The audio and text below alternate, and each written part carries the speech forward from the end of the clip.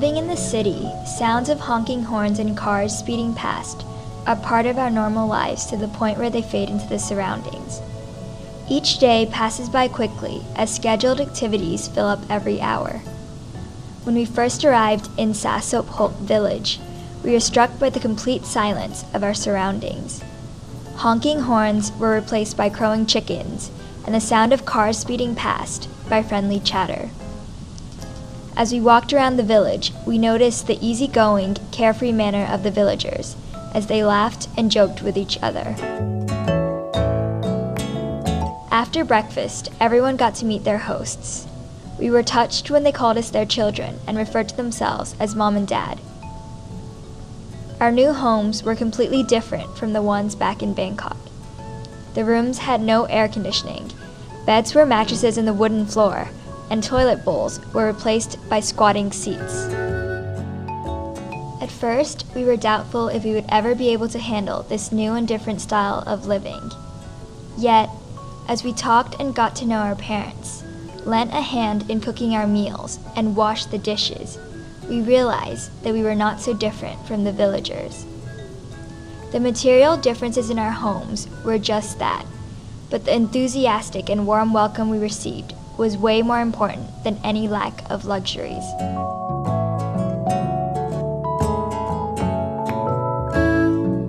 We gained a deeper understanding of village life when we experienced hands-on the villagers' way of growing rice and chased crabs that would become food around the rice paddies.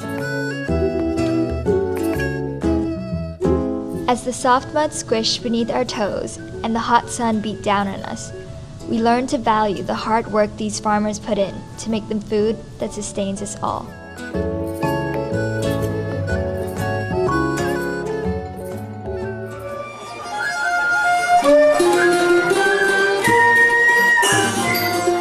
More of their culture was revealed to us in the evening when we met at the town hall for a traditional music performance and a communal dinner with our foster parents. Crowding around together on the floor, listening to live music, we marveled at the large difference between our cultures, even though we all share the same nationality. The music setting a calm and soothing mood, we settled in for a treat, a traditional northern-style dinner, or kantok in Thai, with everyone gathered around a circular wooden table on the floor. Our highlight was definitely getting to eat the crabs that had caused us so much trouble earlier.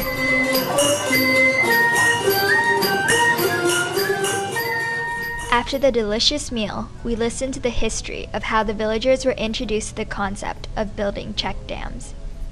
When a villager, Kun Somchai, first tried to explain the idea of dams to the whole village, people were at first reluctant to go through with it and questioned him. However, due to his persistence, the villagers eventually built a few dams and realized the benefits. We learned that it takes a lot of patience and time to convince a group of people to agree, take action, and change their way of thinking on any new ideas.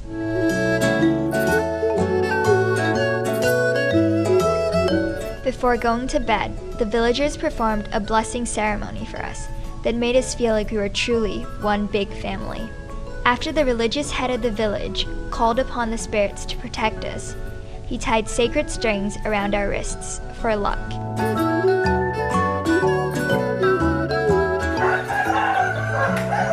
The sounds of roosters crowing and country music blaring woke us up early in the morning. We stood on the side of the road barefoot and gave alms to the monks passing by. We felt spiritually refreshed when the monks blessed us.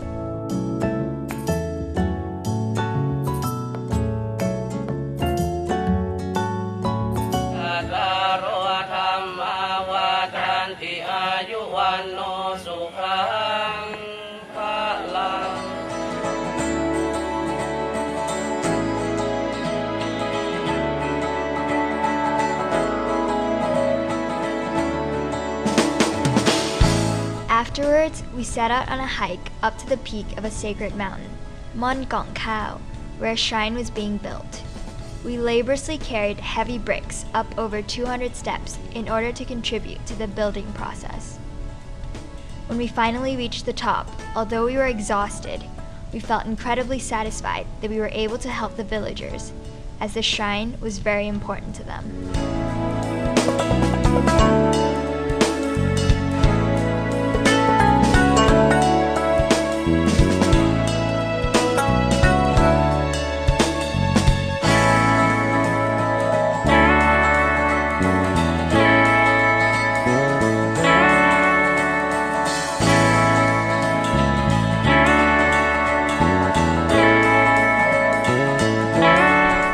This trip was a great learning experience for all of us and opened our eyes to a new way of life. Furthermore, we definitely learned to value many things that we used to take for granted, especially water, which is quickly becoming a scarcity.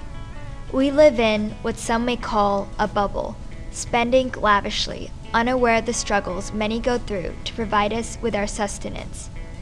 Through this wonderful opportunity, we have all realized the hard work that is sadly overlooked. We now understand the power of the King's concept of Pluk Pa Nai Chai Kon, which translates to building a forest inside our hearts. It is hard to motivate people to take action, even though the results will benefit them. People must learn to foster a love of the forest before they are willing to protect it. This is the key to sustainability. Following the path of His Majesty the King, King Bhumibol Adulyadej, we grew forests within our hearts and hope to share our newfound perspective on nature conservation and grow forests within the hearts of others.